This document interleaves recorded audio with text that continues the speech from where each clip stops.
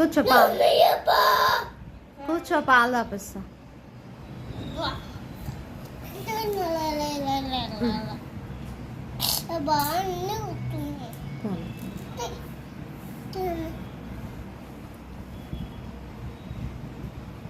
బాగున్నా? ఎందుకు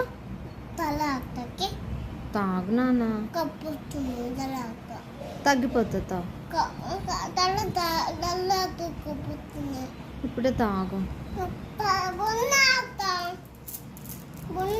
ఇది పొద్దున్నే, ఇది పొద్దున్నే.